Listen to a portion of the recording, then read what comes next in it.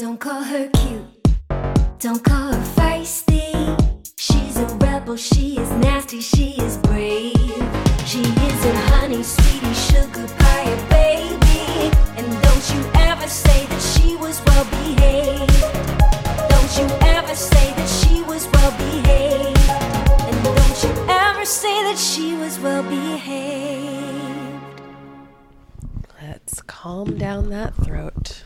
Does ginger beer help with throat stuff? I always think of ginger for stomach stuff. I think it helps with stomach stuff, but Shaki bought it and came home and said, I got this for your throat, and I didn't have the heart to tell him that it's for your stomach.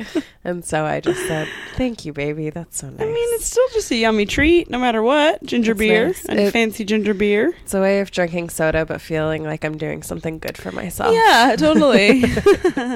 Well, sometimes I'll get that like legit ginger beer from like the grocery store where like with the European grocery stores that has the flecks of ginger at the bottom and stuff. God. And it's kind of disgusting and it hurts. It burns. Yeah, I don't know that I can go all the way with that. My favorite cocktail though is a Moscow Mule, which is just ginger beer and vodka. But you know, you can't, it's a lot of sugar. You can't be drinking that all the time. But it's in a tin mug. Usually it is, nice. yeah.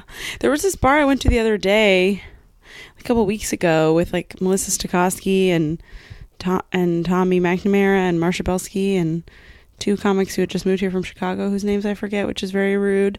But they were both very nice. Get used to it, Chicago comics. Sorry. They were white guys too. It's like, come on. Yep. But they were both Charlie. I think one of them was named Charlie. I don't know.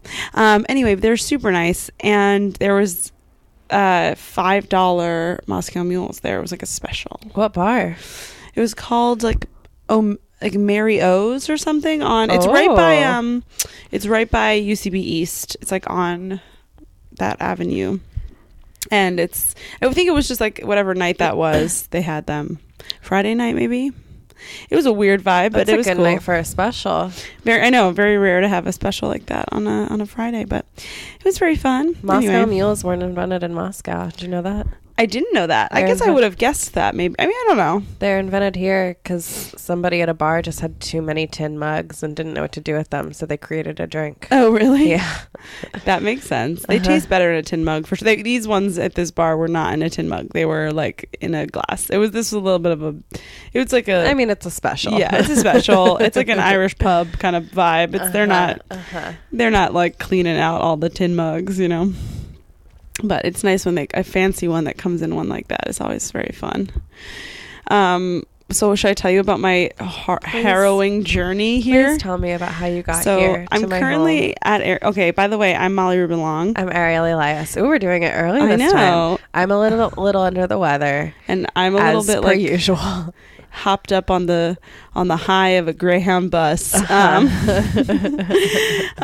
This is Well Behaved Podcast, a podcast about women in history who maybe you haven't heard of. But before we tell you about the most interesting parts of other women's lives, we like to tell you the most boring parts about ours. I will. Well, this was not boring. This was enraging. It probably is boring. I'm sorry, but here we go. So yesterday I went to Atlantic City with my boyfriend because he is doing a week-long run there. Did you guys do the Atlantic City Comedy Club? The one inside the casino? They're like all inside casinos, but this one is I didn't do it. I guess Gotham has taken over the Borgata Comedy Club, which is just like it's like Saturday night through Thursday night. You do like at least the way that this one was run. So weird, yeah. And you run, and they do like it was a cool gig though. I was like super jealous. This show, it's only an hour-long show. 3 comics each do like about 20 minutes, and it's a huge theater, and the crowd was like older, but like there for it. Like they were happy to be there, and that's a nice crowd. I mean, that was Saturday night, so who knows what the rest of the week will be, but still probably they're getting paid, and I mean, probably, but the hotel was super nice. Like the Borgata is really pretty, and like it's such a nice room, and it's like really fun. I mean, he'll probably, if you're anywhere long enough by yourself, he'll probably get sick of it, but it was pretty good. Like I'm like a little sad I couldn't have stayed longer. But we just went yesterday, and then I like watched the show, and then we like gambled and like went. There is a club like like crazy loud, like the craziest. Like fist pump, New Jersey Shore, like it was wild. I put some of it on my Instagram story. It was like a sociological experiment.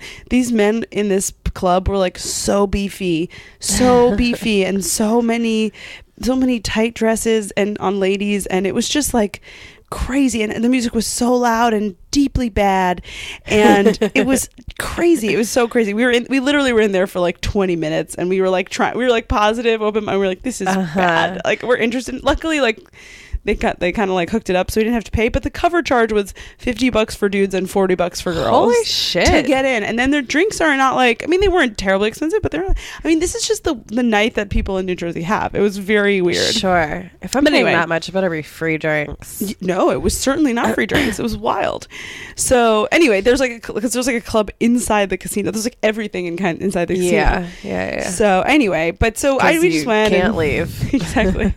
We lost $45. Which was sad. Louis is now like reading up on like poker machines. I don't know what's happening. He's gonna be like, he's like convinced he's gonna get us our money back. I think if anything were to make our boyfriends learn how to count cards, it's losing $45. I know. It was the good thing though is that when you gamble, you get like free drinks. So we like took advantage of that. So we did end up getting like probably total like together like 6 drinks. So like it wasn't, and plus it was very fun. It was very fun and silly, and we lost a lot of money, but it was fun. What'd you lose on playing poker? We only did poker and like and slot machines. Okay.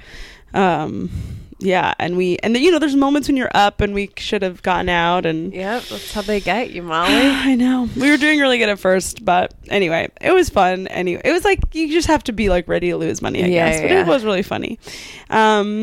And then, so then we slept so the plan was for us to take the car together, and then he was going to keep the car so that he has like a way to get around Atlantic City, so he's not trapped there all the time. And I would just take the bus back today.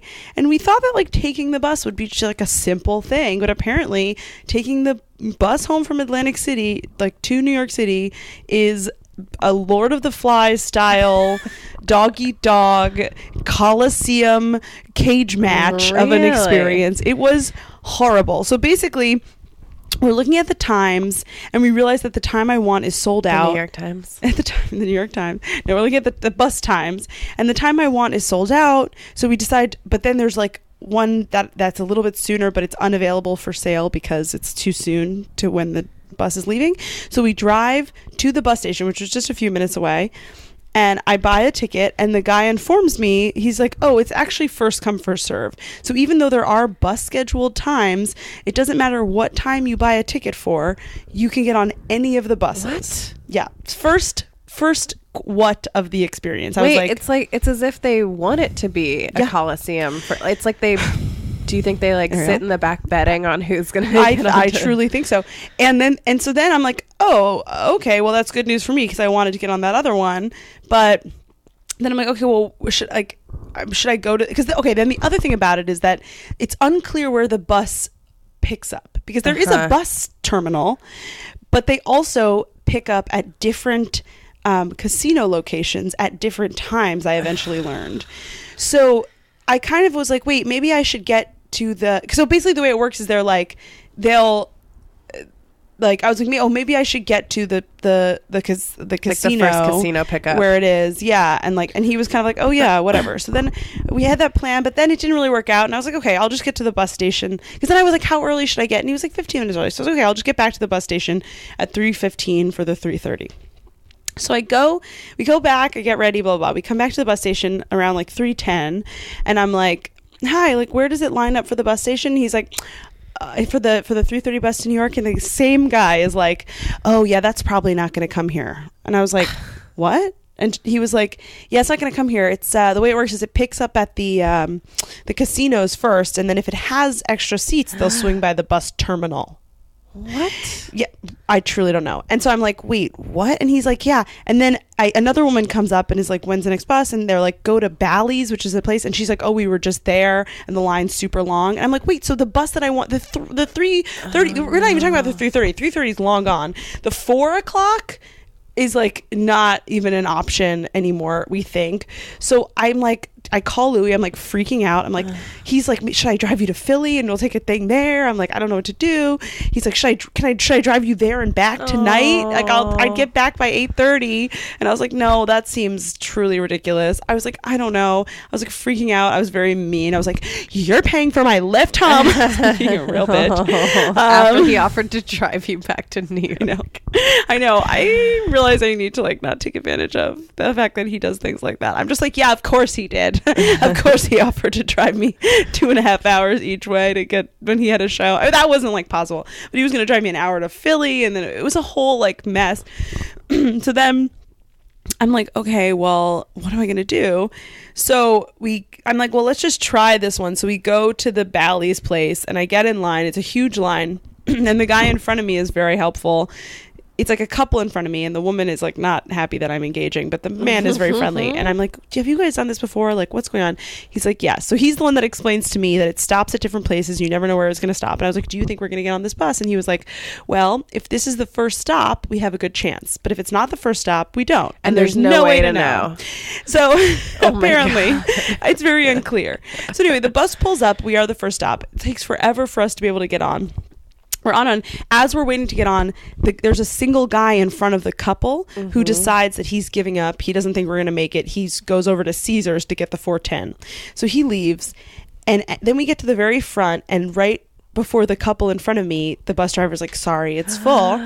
And I was just like, I'm sorry, do you have one seat free? Because I was just like, it's just me. I'm after them. And he was like, let me check. And he goes in and he checks, and there is one seat free next to a like slightly disabled woman who was like very large and I think was like hoping to have the row.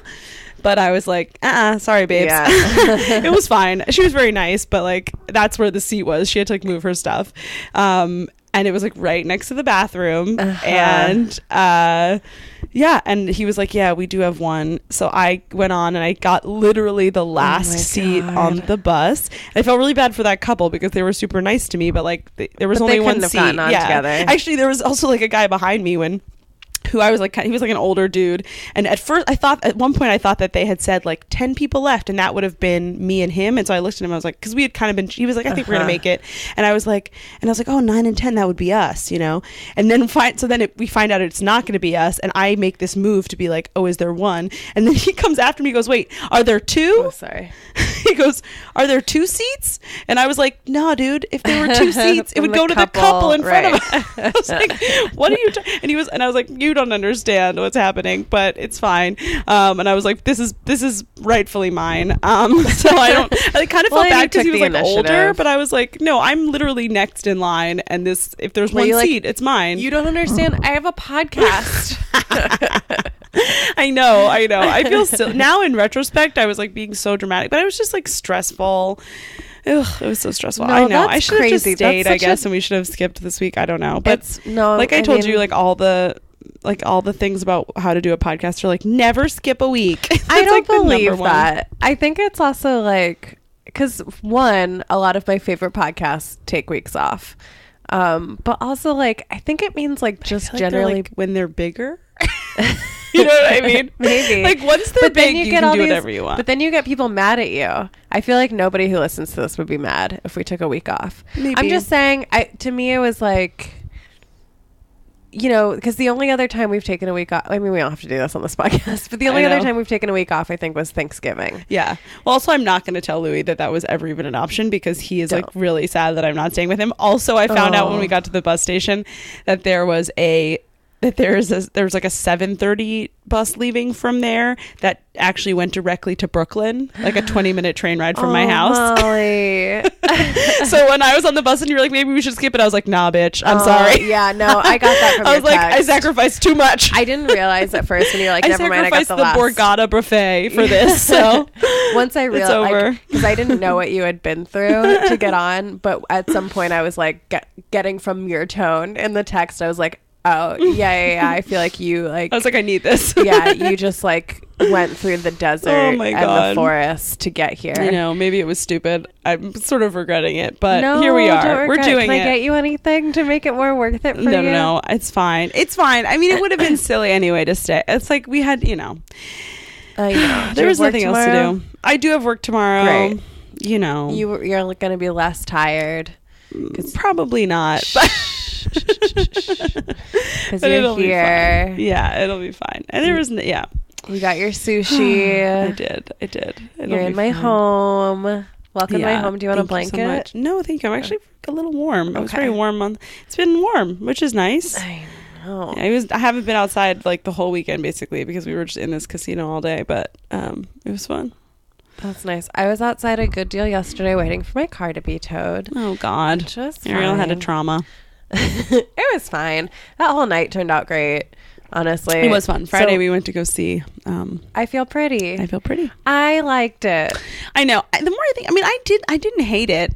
I just think it's I think it's like got a great message. I thought Amy Schumer's acting was very good. Really good. I thought it was like, you know, not like the best written or directed film I'd seen in a while. And you know, like I love like a rom-com and I love like a chick flick, but I just felt like there was a lot of like weird plot holes and like very corny speeches that were like not funny. The end was like so sappy. It falls out. It's like at the end a little. I don't know. It took itself a little too seriously, which I thought like I think Amy Schumer did a good job with it. Like she delivered it well, but it's like it's just like in that moment should have been funnier. Yeah, you know. So there was like, you know, it's not a perfect movie, but I related to it a lot. Like when she like in the beginning when she like, took her clothes off and was like looking at herself in the mirror, yes, like just horrified. Cry. Like I mean, she doesn't quite cry, but you can like, see her just like this is it. Yeah, like, that resolve, like there's that so was much very relatable. Self-loathing in her face when she looks at herself in the mirror, and I'm like, I get that every day. Yeah, same. So I mean, I did like it, and then by the end, I felt very empowered. Yeah, I don't know if I felt empowered. I mean, I guess I kind of already. Ooh, hello. That one's for the patriarchy. Mm-hmm. I guess I feel like I like already. Ugh, that one smelled. Sorry. Ew. Wow, it's just like the Greyhound all over again.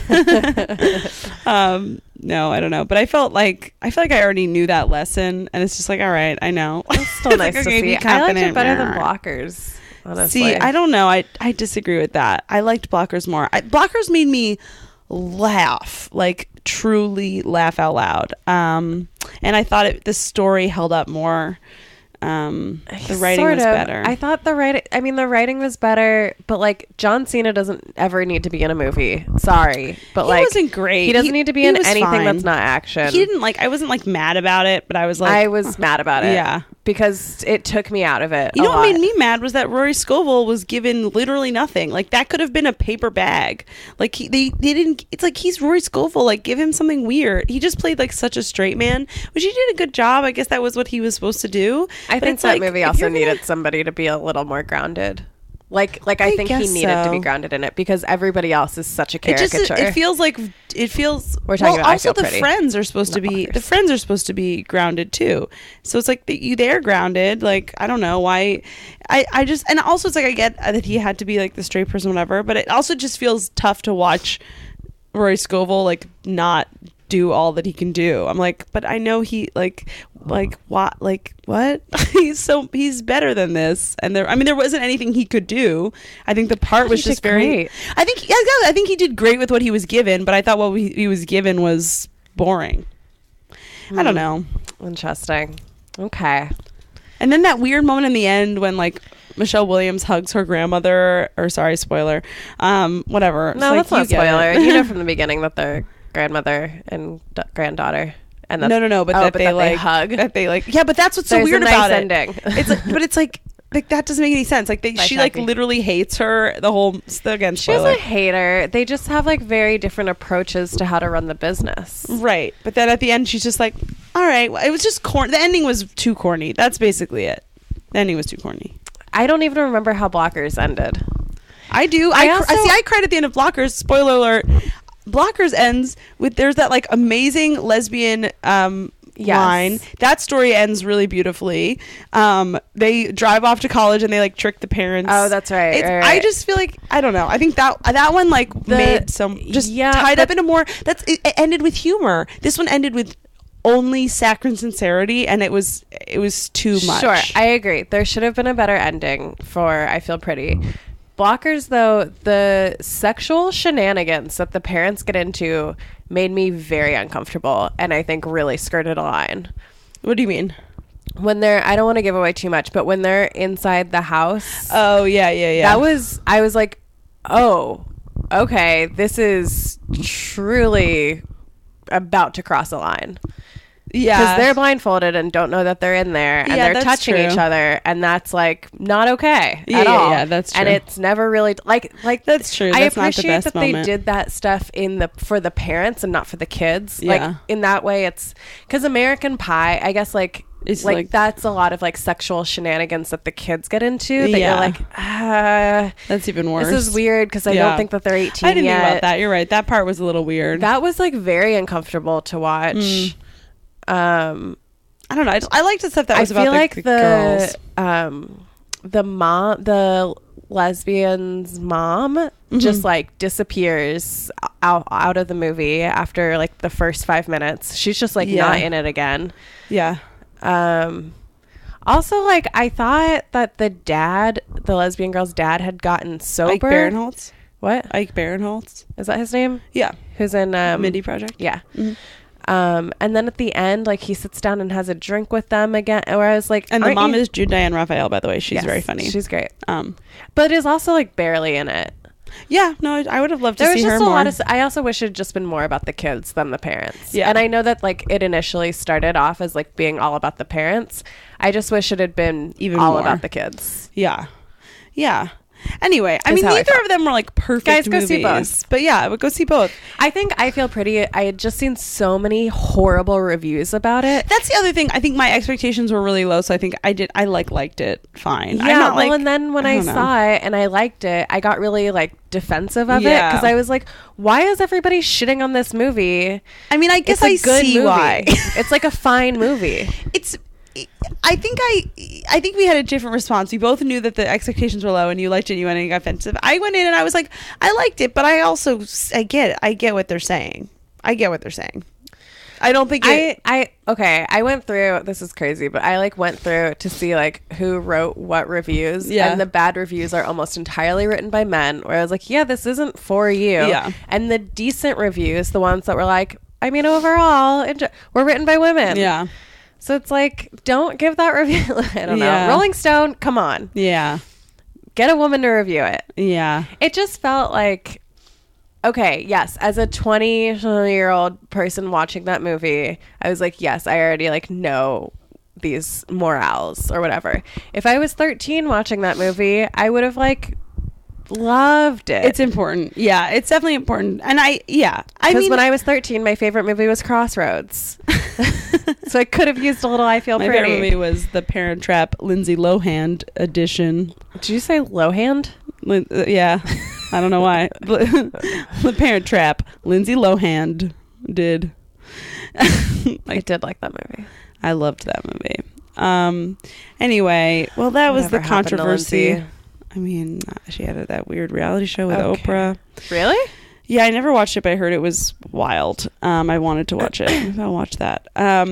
Anyway, I don't know. I thought they were both good. I did like I Feel Pretty. I think people should see it. I think it's like, yeah, it had some corny moments, and I truly only blame that on the writing and the directing. I think that the performers were really good. Yeah, all of the acting in it's really good. The acting is really good. Yeah, from everybody. Yeah, it was nice. I definitely feel that way, and I think it was like, it had a cool message, and it definitely had some funny moments and some subtly funny moments that I feel like that I know that I would notice our row of people would laugh at, and like the people around us wouldn't. Like, I think it definitely is targeting a very specific type of like white woman, but yeah, there were very funny moments in the movie. It. By far the funniest moment was when the guy in the row to the left and in front of us started very loudly snoring. The last time that happened to me was in Coco at the end, which was awful. It was so sad. He was very loudly snoring. It happened twice. The second time he woke up because his phone went off. We were there on 420 for clarification. Yeah, so everybody was kind of falling asleep. That was a fun movie theater, though, the one in Astoria. I like that movie theater. It's got a real a real suburban movie theater vibe. Yeah. Oh, and then this was another traumatic travel experience. When I left the movie theater, my Google Maps told me to walk to a certain station to catch the E, but then the sign above that station does not say that the E is there. It just says whatever the M R. or the R and the whatever it is. It just says certain trains, and then when you go inside, and there's like a little paper sign that says like E runs, and then I asked the guy, I was like, does the E stop here? And he was like, yeah. As if I should have known. It doesn't say it on where the listed I think trains it's one of those like late nights and weekends, temporary stops there or whatever. I mean, okay, but like, what? There was no sign outside. I was like, what the also fuck? like for him to I've had one time I was swiping. I was just I was getting on swiping right on Tinder. What? I've never been on Tinder. Wow. I met Shaki right when I got my first smartphone. Yeah. But I was going, I guess I was trying to go uptown, but I accidentally went to the downtown side, and it was one of those where you have to like get out and swipe back in or whatever. And so when I went to, I like had to go to the ticket person and be like, hey, I accidentally swiped on the other side. Can you just let me in? And usually they're just like, yeah, what, like they make you swipe it so that they can see when you last swiped it to prove it or whatever. And then they just let you in. And she was real mad at me. And she was like, this is the last time. Where I was like, I've never done this before. Like I don't. She just thinks she thinks all white women are the same white woman who's done this. Yeah, because I think I was at A Street NYU. And so I'm sure it happens all the time. And I'm sure, I mean, I look like a college student. Yeah. So like, I mean, I'm just like very young. Also, like, who cares? Like, what? Who cares? I know. It's like, how much work off is your it? back. I know. It's like whatever. I guess maybe they get in trouble if they do it too much or something. I don't know. Maybe, but I feel like no. Yeah. Like, how possibly could that be tracked? I don't know. But I was just like, I didn't do anything. It's weird when somebody yells at you and you truly don't deserve it. Yeah. That's why I'm always afraid to go to the post office. Wow, I'm just afraid of stamps.com. I'm really afraid of right? Just afraid of people who work for the city. No one's sponsoring us. Just our own willpower and the Greyhound bus. Just this extra ginger brew by Reed's. Give us money. Okay, you want to do this? Yeah, let's get going so I can go home. I know. Wait, are you first? I'm first. Okay, sick. I'm also first. I should like preface mine whenever I do it by saying that I did all the research for this like on the train right here. I used truly one source, and I feel in advance I'd like to apologize to the person I'm doing and their memory. She's still alive. Okay, no, okay. Yeah. All right, cool. Mabel Janice Busby is not going to be her name for the whole time. Cool. So she was born in 1903 in Oregon. She was one of 5 kids. Her dad, a poor farmer.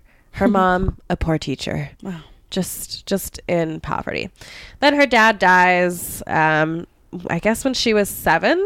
And so Mabel drops out of school in 3rd grade, as you do, and goes to work. She convinced a bunch of golfers at the local golf course to let her caddy for them at 7 years old, which is crazy. Sounds terrible. I can't carry a thing of clubs, and I'm like pretty meaty, you know? Yeah, I don't want to. Like crazy. Sounds bad. And then I don't know anything else about her childhood because it doesn't matter. And then when she was 16 years old, she meets this guy, and he tells her that he's the grandson of a former Colorado governor. Ooh. And they elope. But he was not the former Colorado governor's grandson. He was just a thief. And she helps him cash some bad checks that he had stolen from a lumber mill. A real Teresa Giudice situation. A real who? She's the Real Housewife of New Jersey who went to prison because her husband is in prison now, but it's like all because she just like ignorantly signed things she wasn't supposed to, and then the judge like wanted to like make an example out of her, and so she literally went to prison for like almost a year. Wow. Oh yeah, it's real. It's Real Housewives. It's Real Housewives, baby. Wow. Okay. Yeah. Well, so here's a little difference. They do the opposite of make an example out of her. She was sentenced to 2 years in prison, but like maybe because it's like, I mean, I guess at this point it's like 1920 or almost 1920 or something, and like they didn't have a women's prison or what. But the warden decided that he like can't put this 16-year-old girl in the prison that he runs, because he's like, we're doing some illegal shit to these prisoners. I can't put this pretty little white girl in there. So he instead turned her over to his wife. And so Mabel then spent her 2-year sentence just living with the warden and his wife. Okay. Yeah. Where's her family? I mean, it doesn't matter. Okay. They're kind of gone at this point. Okay. You know, she's 16. She's a grown woman. Yeah, I guess so. They don't come back into the picture. Okay. One source said that she learned to bootleg from her cellmates, but that make booze. Yeah, but that also doesn't make sense because she didn't have cellmates. So maybe she learned it from the warden's wife. I don't know. It doesn't matter. So she gets out of quote unquote prison, and then at some point she changes her name to Sally Stanford. Okay. And she has like a few aliases throughout, but this is the main one. That's the one that she's known for. Yeah. Sally, she chose because there was a popular song on the radio called I Wonder What Became of Sally. And Stanford, because she had read in the paper a headline. She was a Sex and the City fan? Stanford Blatch. I don't get that. The bald gay guy. Oh, okay. His name's Stanford. Got it. Man, these are a lot of really basic bitch references, and Ariel's like way too educated. Ariel reads books. She doesn't watch trash. Yeah, but I Feel Pretty, so it all balances out. But she chose Stanford because she maybe it's just like I have a high standard for my trash content. Maybe, and I'm still like a little baby about it, and I still love it. It was good. I feel bad. You should see it. I like it. Ooh, it's fine. Shoot, Amy's not listening. No, it's fine. She's not. Also, I think she was great. I think it was not well God, I was thinking about it today. Her acting in it was so good. I'm not even just saying that. Like there were really dramatic moments where I was like, oh, she's like doing it right now, like for real. Anyway. Yeah. Okay. She chose Stanford because she had read in the paper about Stanford University's football team. Fabulous. She was like, great, I'm choosing it. A song and a team. It's like how you pick your stripper name or something. Yes, exactly. It's like your first pet name. Yeah. And I'm like, Nunn Prospect Park West. That's like the worst stripper name. Mine is Speedy Wonder Sunny Point. That's too long. Really good. Too long though. Speedy Wonder. That was my turtle's name. That was Speedy Wonder? Yeah. It was a Stevie Wonder pun for a turtle. What was the street name? Sunny Point. I feel like Speedy Sunny is probably what Speedy it is. Sunny. Mm-hmm. Or Speedy Sounds like Sunny I do Point. A lot of cocaine. Speedy Sunny Point. Ooh. Speedy Sunny Point. That's a good name. All right, time to start stripping. Okay. Anyway, so Sally. So Sally, she's 18, got out of prison. /the warden's house. Okay. Prohibition, it's happening. Ooh. And she's like, ka-ching. Yeah. She opens up a speakeasy in Ventura, California. Cool. They serve salty chicken and booze. Yum. That's it. And everybody loves it. She makes so much money. And then a few years later, when she's 21, she has all this money from the speakeasy. And so she buys her first San Francisco property. Oh, man. Good investment. She buys a hotel in the Tenderloin district, which was at the time like the shady, seedy area. It still is. Is it really? I didn't know San Francisco still had one. Yeah, it's the only one. It is where all the homeless people live, basically. Oh, cool. The Tenderloin is, it's still pretty shady. Yeah. So she starts her very own brothel. Yay! Business is a booming because it's the 1920s. Everybody's trying to fuck. Yeah. Right. And Sally. That's not just the 1920s. That's all the time. It's always. But I guess they also couldn't drink, so it's like, okay. And they didn't have TV, and like there was nothing else to like entertain them. But that puss. Sorry, Mom. So Sally would dress like very elegantly, and she would train these girls who worked for her to do the same. All of the women who worked for Sally were, quote, refined, gorgeous, loyal, and discreet. Ooh, just what you need. She was a shrewd businesswoman. She had a rule that each customer was only allowed one towel. So if there were more towels, I know it's unfortunate, but if there were more towels than customers, that's how she would know that one of the women would be like basically stealing from her by seeing men on the side. Ah. And so that was her way. There is a story. The whip. What? Crack the whip. Yes, exactly. There was a story about how there's like a really busy night and there was a fire and it almost destroyed the brothel. Oh, no. And the maid like ran out the back door with a basket full of dirty towels. And when Sally Stanford saw her with the towels, she said, "Thank God you saved the books." That's funny. It's cute. It's cute. That's cute.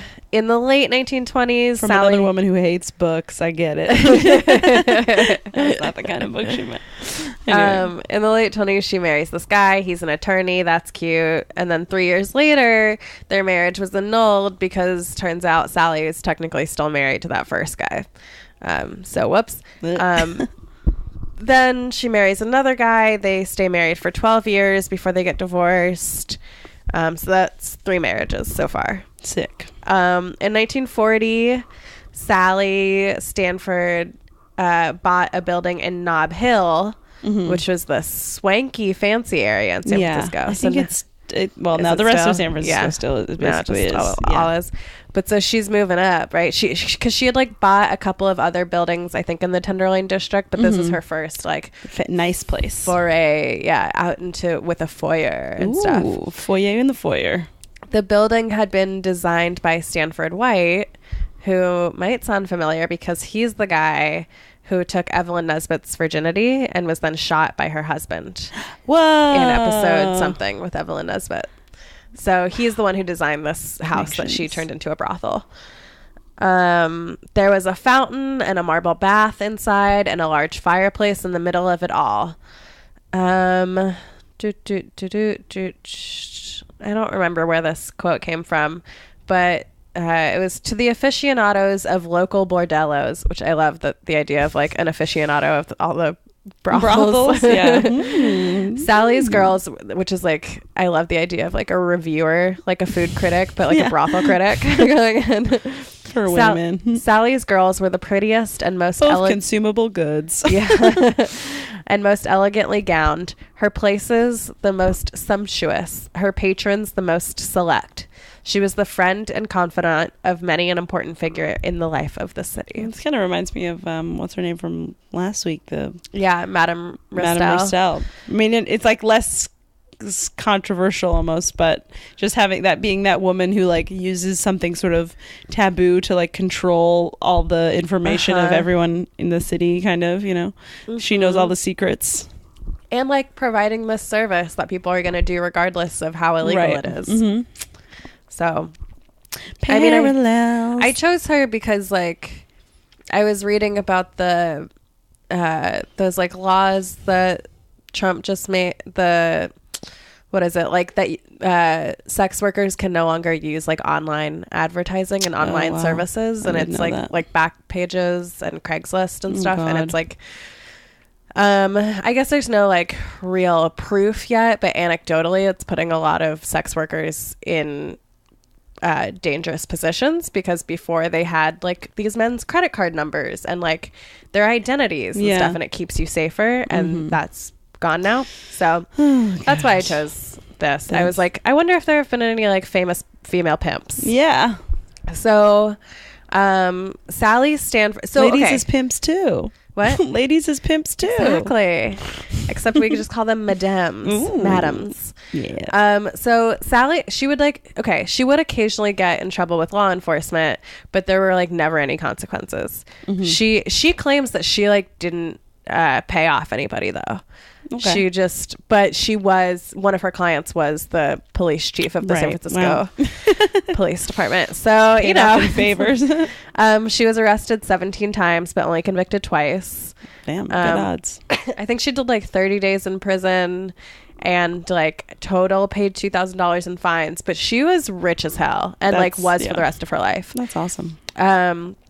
There's a story about how one time, I think this is in the Nob Hill, or what did I call it? Nob Hill, yeah. Yeah, in the Nob Hill house. Sally was like, I guess in the main room, there was like a big fireplace and everybody would hang out, and it was sort of like a nice little, atmosphere. Ooh. And there was a skylight, and Sally caught a glimpse of a man peering through the skylight. And when she kind of like slipped out to go and see who it was, and it was a police officer from the Vice Squad. And she knew who he was. She like recognized him. And so she called the police saying that there was a prowler on her roof. And then watched as she said like the police were like very embarrassed when they showed up trying to get this like plainclothes officer off of the roof, because like they all recognized each other. That's so funny. But she was just like, well, there's someone on my roof. So. Yeah, so it's funny that you brought up Madame Restel, because they left her alone for the same reason that they left Madame Restel alone, because like the elite were her clients. Yeah. Right? So you got all them secrets. In addition to the police chief, there was also Frank Sinatra was one of her clients, Errol Flynn, various politicians, princes, and shahs. Whoa. According to one guy who is a columnist for the San Francisco Chronicle, named Herb Cain, he wrote, "The United Nations was founded at Sally Stanford's whorehouse," because all of these international delegates came. Right. And like apparently deals were literally being made in the parlor while they were waiting to be serviced. Wow. That's and I don't know if there's any like actual proof of that, but probably what a great it's like story. It's just like golf courses today. Exactly. Or whatever. It's just like a thing that men like, that where they do all kinds of business and the women are left out of. Except the women were not left out of this. They were not in the lobby making the deals. No, that's true. No. Maybe there was one. You never know. Never know. Okay. Sally couldn't fucking stand Humphrey Bogart, which is a fun little, I guess like at some point she like forbid him from being a client anymore because he didn't treat girls well. Ew. There was another movie star who she never named, but who treated I guess 2 women went out with him and came back and said that he had like been really rough with them and had treated them badly. And so when he came back for like another date or whatever, Sally said no. It was like, you're not allowed to. Yeah. Like, no, you don't get to treat my girls like that. Yeah. Which, you know, it's nice. Yeah, she was like protective of them and she treated them well. Yeah. She believed them. Yeah. Because it's like, yeah, those girls can't go to the police. Right. I mean, they can go to the police chief, but you're right. Anyway.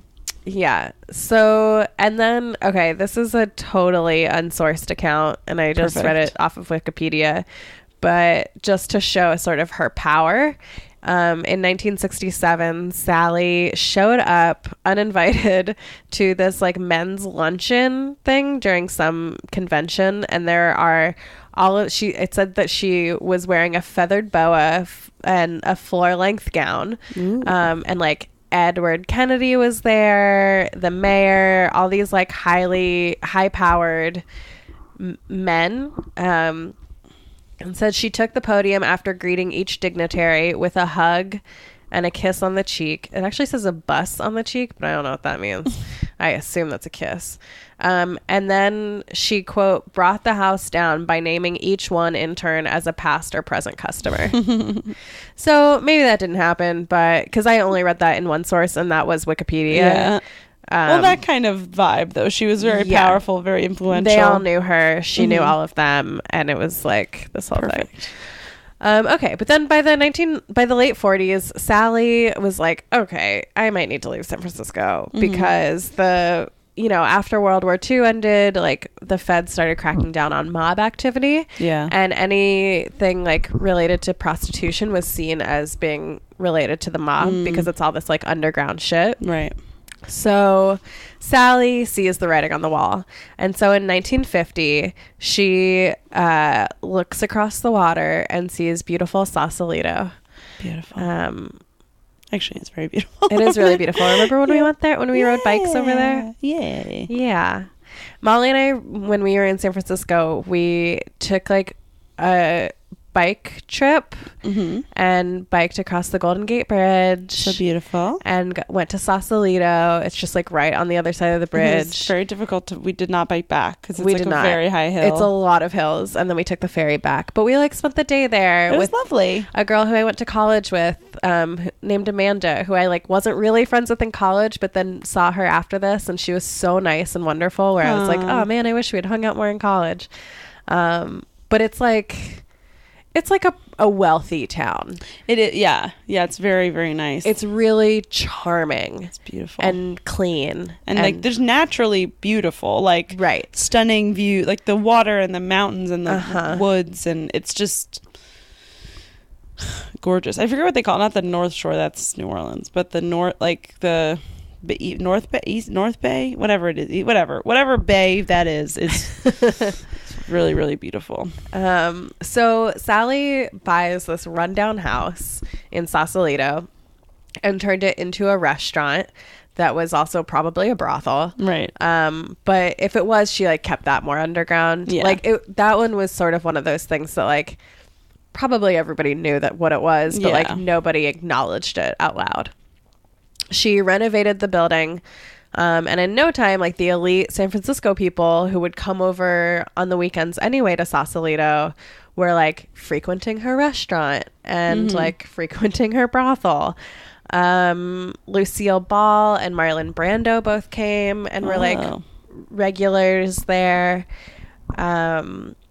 Sally said, "When you are being run out of town, get in front of the crowd and make it look like a parade." In 1951, she gets married again. This time to a guy. The fourth one? This is the fourth one. This time to a guy named Robert Gump. Apparently, it took him 2 years to convince Sally to marry him, and they were divorced within 9 months. So it's kind of cute. And then, I didn't even put this in here. She gets married again, gets divorced again. Doesn't matter. So it's 5 total. And I think the last guy, she said something like it worked better when we were friends because when you're friends, you do these things because you want to. And when you're married, it's a duty. Yeah. Talking about sex. So it's just interesting how she views everything. In 1966, Sally, of course, writes an autobiography called The Lady of the House. Good. It was then turned into a made-for-TV movie, which is what I was trying to find I see. When you came over, and I ended up just watching vintage film of the 1964 World Fair. Very hipster of you. Well, it came up, and Shaki was like, that's one of those things that I always like mean to watch, and then I know I'm never going to watch it, and so I just hit play. That's cool. It looked interesting. It's not. Okay. You missed it, but the first, because it's just like 4 different vintage films like put together. The first one, they like tried to have a little plot in it, and it's just like these 2 guys who are trying to find these 2 girls who they see like an at the beginning. advertisement for the fair, basically. But this is like, this one actually like had stuff, like it took place during the World Fair, and it showed the exhibits and stuff, which is really cool. That's cool. It's crazy what we used to think the future was going to be. Yeah. I love that aesthetic of like the 1950s and 60s version of the future as like so it's so cool looking. It's like the Disney like what's it called, Epcot stuff is all that. That seems like basically, I mean, I've never been to Epcot and I've never been to a World Fair, but from this vintage film that I watched, they love that kind it of seems thing. very like a similar vibe. That one's for Disney's hating Jews. Yeah, enough with the anti-Semitism. Walt. Yeah, well, he's dead. Still. Cryogenically frozen. He knows.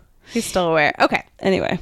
So, her autobiography is turned into a made-for-TV movie, also called The Lady of the House, starring Diane Cannon, who Sally criticized, saying she just didn't have it in her to play me. Yeah. Well. I have to admit, it's a hard act to follow.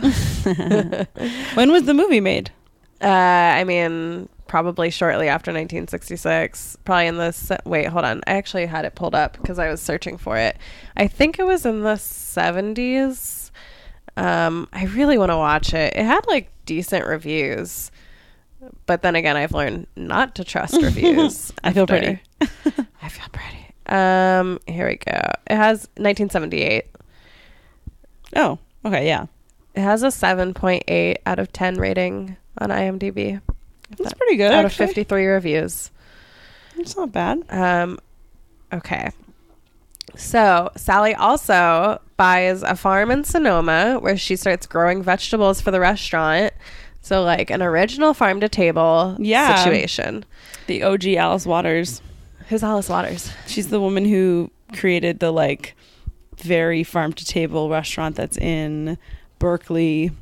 That name I forget, but it's like it was like the first like she's like the first like slow food restaurant person, and like it's very Chez Panisse. I think it's called Chez Panisse, or is that something else? I don't remember, but it's like very fancy. Louis and I went once. It was cool. Chez Panisse would that be like fancy penis? Yeah, exactly. Beautiful penis. That's what her restaurant's called. Yeah, is fancy penis. I think Sally's is called Valhalla. Just for the record, I didn't write it down anywhere, but cool. Okay. So Sally is also becoming known for her charity work.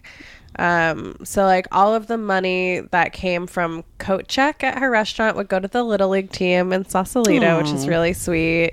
There were like a couple of instances where she read about like a homeless person dying and then would just anonymously pay for the funeral. Oh. Nice lady. Yeah, she would send money to people she read about whose stories just like tugged at her heartstrings. And this is like barely mentioned. Like the Ellen of the 60s. Of the 60s and prostitution. Yeah. And then this like I don't really know the story here, but she had 2 kids, but they were both kids that she had adopted when they were little. Oh, cool. I didn't see like anything mentioned about her daughter, but she had sent her son away to military school when she was running these brothels to sort of like keep him out of the business. Yeah. There was like a really funny interview with him where he was talking about how her telling him about the birds and the bees and like being uncomfortable, and he was finally just like, Mom, I already know about it from the guys on the playground. And she was like, oh, thank God. Which is, it's just like funny to see her like still be a mom. Yeah. And then that's a sitcom if I ever like, we can have it all, being a mom and a brothel owner. It's called Mother of the House. It's called House Mother. It's called, I don't know, Madam Mommy. Yeah. God, gross, weird. Okay. Sorry, not gross. I'm not trying to. Whatever you're into is fine. Okay. And then when he was like grown, when her son was grown, he like came back to take over the restaurant in Sausalito.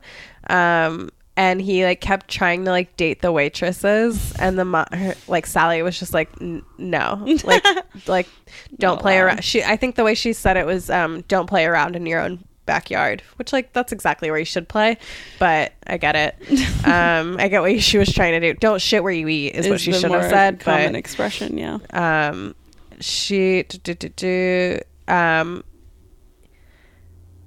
He said something about like learning important lessons about life and men from her. The major lesson was to always get the money up front. So funny. It's a great lesson. Truly. Okay. Almost done. It's fine. At some point, Sally decides that she wants to install an electric sign on her restaurant. But the city council denies her request. I forgot to say, the way that they would know that the restaurant was open for business was a red lamp that was on in the window. So like it's a cute little nod to the brothel. So the city council denies her request for an electric sign, and so Sally runs for city council. She's like, fuck that. And then she lost. But then she ran again, and then she lost. Okay. And Sally ran for city council 6 times before finally winning a seat. More than she had marriages. Yeah, in 1972. She said, when I think like somebody asked her why she kept running, and she said, sinners never give up. And then in 1976, at the age of 72, she became the mayor of Sausalito on a pro-business ticket. What? She became the mayor? She was the mayor of this like rich-ass town in From brothel owner to mayor. Uh-huh. That is so crazy. It's so funny. And then I read this thing from 7-year-old caddy to yeah, right, to mayor of Sausalito. A real like self-made how cool businesswoman. There was this woman who wrote about. I guess she was a waitress for like 3 months at the restaurant in the 70s. And she talks about meeting Sally Stanford, and when she met this waitress, Sally said, "I think you'll do, but these are my rules. Each day when you walk in the door, go upstairs and turn on the red table lamp in the window. That tells people we're open for business. You must always address me as Miss Stanford, never Sally. Always wear a long dress, the sexier the better. Always wear your hair up. I don't care if it's curls or a bun, but never straight. Turn on all the lamps, wipe down all the tables, and dust all the antiques. If I join a customer's table, drop everything, come to the table and say, 'Would you care for a drink, Miss Stanford?' If the people I am sitting with do not offer to buy me a drink, ask again. If there are no offers, I will promptly move to another table. Feed Loretta every day and clean her cage at least every other day." Who's Loretta? I said, "Excuse me, but who is Loretta?" "She is my 19-year-old parrot, and it will be your job to take care of her." So that's Sally. That's in a nutshell. There you go. You don't get all those businesses and political successes by being unclear of your needs. Uh-huh. You gotta communicate. And she also ran around town with her German shepherd named Leland. Wow. So Sally died on February 1st, 1982 from her 12th heart attack. What? Sinners never give up. 12th heart attack. Man, that's really funny. It's like, of course. That's wild. Because that woman is just like a woman of excess. Yeah. Like, she was married 5 times. She ran for city council 6 times. And had 12 heart attacks. And had owned like tons of property, and that's amazing. And then in 1985, Sausalito put up a water fountain in her honor at the ferry pier that we probably drank from, that says, "Have a drink on Sally." Hey. And then the runoff leads to a basin for dogs that says, have a drink on Leland." Oh, that's cute. What a good one. Sally Stanford. Wow. And you just Googled around and found her? I was just looking for my sources. I was looking for female pimps in history, I think. That's what I Googled. Really funny. I got a lot of good ones. Ooh, yeah. Do some pimps. Yeah, I'm going to say it again. Ladies is pimps too. Come on. Don't brush your shoulders off. I could start if you want. And then, wait, here we go. We're back. Okay. Yep. We're back. My sources were obviously Wikipedia. Yep. This book that I kind of just want to buy called Horror Stories, A Revealing History of the World's Oldest Profession, which reminds me, listen to the Oldest Profession podcast with Wendy Starling. Is it her? I don't know. No, it's okay. Sorry. The Tiger is Dead obituary, the New York Times obituary, San Francisco Chronicle, Woman Around Town by Sandra Smyers, and Marin Scope by Phyllis Kinimaka. Wow. I really have one source. You could have just read the article, but you know what? I had a real journey. I couldn't do research on the bus because I do get car sick. So here we are. Yeah. Oh, sorry. The Oldest Profession is Wendy Starling and Caitlin Bailey. Oh, that sounds good. I don't know about that. Who both have been sex workers. Cool. I should listen to that. About it. I don't know about that podcast. Okay. So my person this week is I'm going to say get ready to pronounce it. Okay. Mudhubala. I think I did that right. Is that it? That's her name. One name. Mudhubala. Oh, nice. It's not the name she was given, but I'll get there. Yeah. So she was, Mudhubala was born. Her original name was Mumtaz Begum. She was born on Valentine's Day, February 14th, 1933, in Delhi, India, to a very poor family. And at some point in her childhood, her family moves to a shanty town in Bombay, right near the Bombay Talkies film studio. And she's just like walking around, living her life. And then at the age of 9, she's discovered by the co-founder of the film studio, who gives her the name Mudhubala, which means honey bell.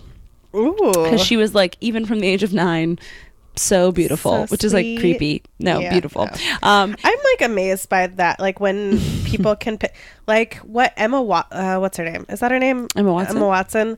Like, because she was Hermione, like as a little girl, but she's like one of the most gorgeous people. Yeah, I mean, not all child stars end up with such, and some go the opposite way. I mean, like the guy who plays what's the guy from Harry Potter who he plays Neville Longbottom, was like super goofy looking in the movie, which is what he was supposed to be, but now is like very hot. Yeah.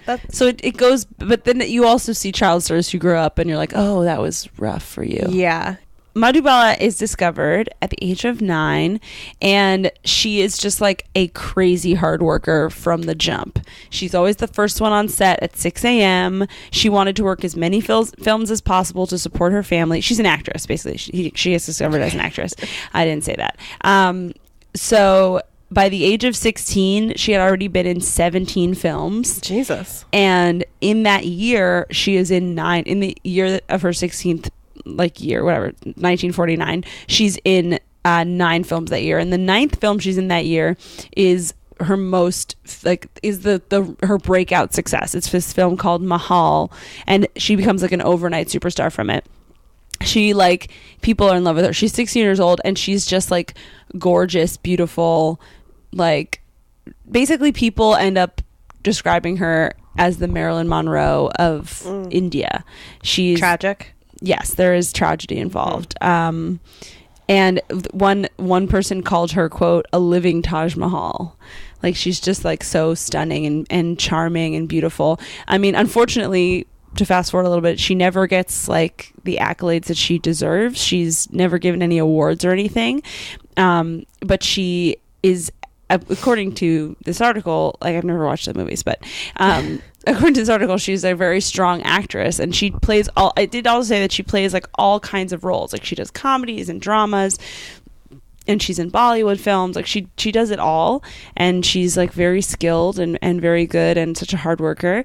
But and people kind of just like focused on her beauty a lot, and when they would talk about her, and they would never really talk about like how talented she was. Yeah, that happens to me too. Where like people don't take me seriously because of how beautiful you are. You know, I get it.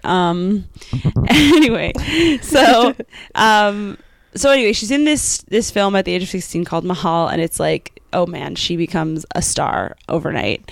But as I said, she was in like 17 before then, so keep working towards your dreams. Okay. You never know which thing is going to be the thing to launch you to stardom. Success, but it took 7 years and 17 movies. Anyway, so at some point during this, like shortly after that movie comes out, or no, excuse me, shortly after she starts working, so like when she's still a kid, she's diagnosed with something that she had been born with but didn't know that she had, which is called a ventricular septal defect, which is literally, in a poetic way, a hole in your heart, which becomes sort of like Brian Poetic Luttrell Lady from Backstreet Boys has that. Oh, really? Yeah. Maybe they've like advanced the science around it because she dies early. Spoiler. I think it's referenced in one of the music videos, but not from whichever album came after Millennium. With the Backstreet Boys, I think it was Black and Blue. Maybe? I was much more of an NSYNC myself. So okay, all right. Sorry, I can't believe we're friends. Honestly, I truly can't believe this friendship happened. That's actually a losing. I feel like history has viewed Backstreet Boys more favorably than NSYNC, which is maybe true. But I drew a line in the sand when I was 10. Is that true? I mean, I think NSYNC certainly had more star power because look at how they've turned out. Yeah, but Joey did something too. Did he? I feel like he hosted a thing. Oh, maybe. Yeah. Nobody from Backstreet Boys is doing anything. Nick Carter is like on meth. Oh, is he? Yeah. He looks really bad. Oh no. I hope Nick, wherever you are, I hope you find what you're looking for. Yeah, get help, and buddy. I hope you find solace. But I bet he's listening. He might actually. Anyway, okay, so he had the same. Mudhubala had the same thing. This hole in her heart, and it made her like produce more blood. And there's all these reports that sometimes she'd like bleed out of her nose and her mouth and stuff. It was like really bad. So anyway, in 1951, she stars in a movie called Tarana with a man named, okay, here we go, Dilip Kumar. I think it is Dilip. That's like their Philip. Yeah, it's like Philip. Dilip Kumar, who was an actor who was 10 years older than her. And she like immediately falls in love with him. She sends him a rose in his, like, you know, when they're working together, and that begins this long romance. And her relationship with the actor, I'm going to say his last name because I know it's right, Kumar. Her relationship with this man like is really the defining sort of romantic, like the why the idea of a hole in her heart is so tragic. She loves him very much, and they have this long romance. He's also, like I said, he's also an actor. And also, just honestly, this article also mentioned that the idea of love itself, like loving someone and not being like arranged or whatever, was a subversive act and a liberal act in and of itself. So she was always kind of like I didn't think about that. Yeah, she was always like seen as this sort of, again, like sort of similarly to Marilyn Monroe, kind of on the edges of like what was acceptable for women, and like pushing like sensuality or like sort of liberal ideas of like womanhood, not, you know, politically liberal, but sort of like sexually liberal, or romantically liberal. This or idea of like my body belongs to me. Yeah. And whoever I choose to give it sort to. of. So then but then here we go. So anyway, so this guy, Kumar, recommends a real roller coaster, her. Molly. I know. It's very, very intense, short, but dramatic life. He ends up recommending her as his co-star for this film that ends up becoming the most expensive and successful movie for several years in India. Definitely up until that time, and then for many years after. Okay, I'm not gonna pronounce it in Indian because it's hard. The English translation is The Great Mughal. The Great Mughal, whatever. Anyway, it's like Mughal-e-Azam, whatever. This big, huge movie. The movie ends up taking 10 years to make, and over the course of them making it, their relationship ends, and it's because her father said, okay, you can marry this guy, but the only way I'm going to agree to let you marry him, and her father like ran her career, which like initially made sense because when it first started she was 9, but no, at this point she's Beyonce whatever situation. 20 something. Yeah, so he's like, okay, fine, you can marry that guy, but the only movies that both of you guys can do are the ones that I produce. You guys will be a couple in all these movies I produce. And the guy was like, no. He was like, why would I do that? And he was like, all right, sorry, you got to choose between me and your dad. And she chose her family, and so they were estranged at that point. So over the course of making this movie, there's this like famous scene, so like kissing and hugging was like not allowed on film at the time. It was like not acceptable, but there's this, correct me if I'm wrong, but it's still not in Bollywood, right? Oh, I don't know, I just don't, I think kissing still doesn't happen. Oh wow, okay, yeah, I didn't know that. But there's this like famous scene that's like very erotic. This scene where he like rubs her face with a feather. It's like this apparently this very like sensual scene. And so they filmed that scene together once they were already not talking, which is like so sad. Shaki, it's so interesting. Shaki had told me a story of how there's a hotel in Williamsburg where like all of the Hasids go to like date, basically. To like try each other out before they get married. And he remembers seeing this couple, and they were each holding on to a bag, like one was holding on to one handle of the bag and the other was holding on to the other because they can't touch, and that was them holding hands. And he was like, but he was like very moved by it. I know it's like it's gross to me in a lot of ways, but like this idea of like you can't touch, and so using a proxy and like how powerful that can be. Yeah, I agree though. If you're looking for loopholes, just do it. I mean, there's a lot. But okay. The Hasidic community. Yeah, there's a lot to difficult unpack there, for me. But but yeah, it was in this moment very symbolic of something that couldn't be, and so that's why the hole in the heart, like this romance with him was always kind of like the romance of her life that like couldn't happen, and it was like all in the tabloids, and so that was kind of like the tragedy. And then the dad like just kind of was controlling in a lot of ways. Apparently there's this story that he needs to see cockblockers. Yeah, seriously. And take a lesson. In 1952, a man named Frank Capra Jr., who I didn't know. I looked him up. He was a film producer from like the 40s and 50s, and he produced like those original Planet of the Apes movies, and like a bunch of he produced a ton of movies. Apparently, he visited Bombay for a film festival and saw Mudhubala and was like, "Hey, you should be in a Hollywood movie. Like, I'll put you in a Hollywood movie." And her dad forbade her from doing it. So who knows? Like she did. I will say like she's like super well known in India. Yeah. But she also like became very well known in Greece and like in sections of the U.S. and stuff like that. So, but she could have been in Greece. Exactly. She could have been. Yeah, she could have had like true Hollywood roles, which would have been like so interesting. Because I don't think there were that many like foreign female actors. No, at that all time. The Indian people I guess a lot of were French played by white people stuff. In brown face, exactly. with like taped eyes or whatever. Yeah. And I mean, who knows what kind of part? It probably would have just been like a damsel, and it would have been weird. I don't know, but still, it's sad to think like. Not to, and you know, I don't want to say like, oh, if she's not in our movie, she had no success, like obviously, but you know, she could have been. This is the place where you know film was sort of started, and she could have had wide international right. success. It's like how Selena was just about to cross over before she was killed. Yeah, my references. I know, mine are very telling too. Don't worry. Anyway, so that was very sad. When the movie that big movie that she made finally comes out, the one I can't pronounce, the 10-year one. Years, yeah.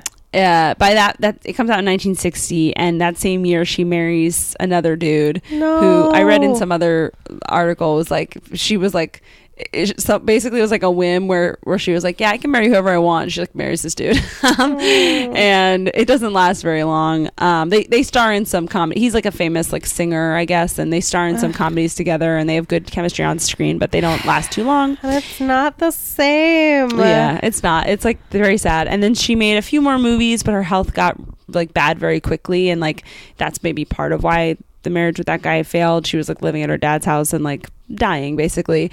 But total, even after she found out, you know, she started when she was 9, she found out that she had this health condition, this hole in her heart, and she never stopped like super working hard. In total, her career was I guess like 27 years long or something, and her life was only 36 years long. And she made a total of over 70 films. Jesus Christ. Which is like that's like a porn actress. Wild. Like how she only lived to be I know, it's crazy.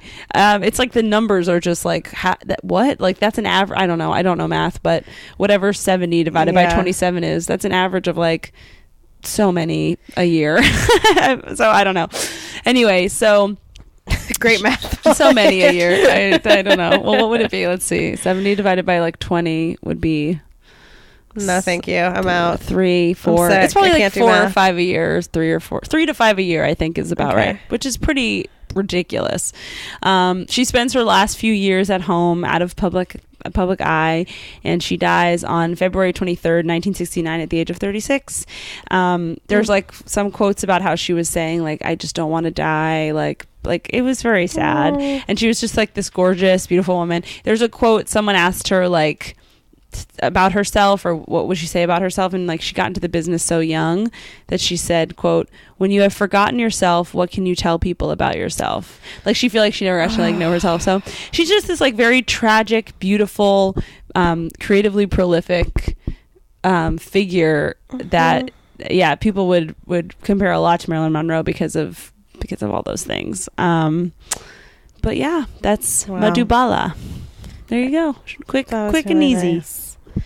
Are you looking at your dates? Oh, and basically my main source was the New York Times obituary. And then I also there was like an India Today article and it's called like Hindu Times or something. I don't know. Sorry, this is whatever. No, it was mostly okay. the New York Times obituary.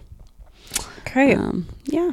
I don't have so much for dates wise. I don't either, but we have all female reboot next week. We have all female reboot on the 28th, Saturday, April 28th.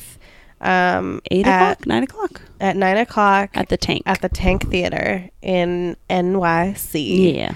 And then on the April 25th, which is a Wednesday, Thursday, Friday of this week, I'll be at the Creek in the Cave at 7 o'clock, featuring for Brandon Collins, who's doing his week. Great. And I have nothing next week. My phone is charging over there because it was from the Greyhound, so whatever. I don't know how much people really look at this anyway. I mean, it doesn't matter. And then Wonder Woman wise, I mean, I think it has to go to Tammy Jo Schultz, who's the woman who landed the plane, the Southwest plane. I thought you were going to say Tammy Duckworth. Isn't she the senator who brought a baby in? Yes, and they changed the rules today. For her. Yeah, good Tammys. Tammy's a great name. Yeah, honestly, I feel like... So, Tammy, the one, the other Tammy? Tammy Jo Schultz. Yeah, so she landed the Southwest plane that like had an engine explode. Yeah, an engine exploded.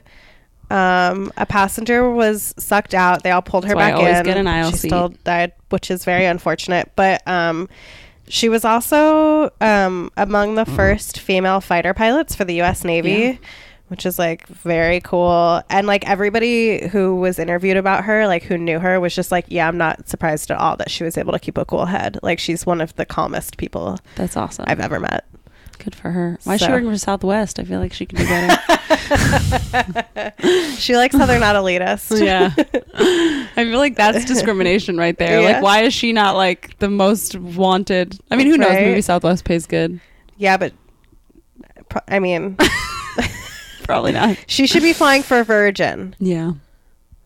Exactly. She should just be flying for Virgin. Anyway. Well, that was really good. I'm going to, we should end. I'm going to go home. I'm going to put this on the internet. Girl, go get some rest. Yeah. Thank you for coming to me. Oh, my God, no problem. I really appreciate it. And all you out there, just keep making history. Bye. Bye. And don't you ever say that she was well behaved.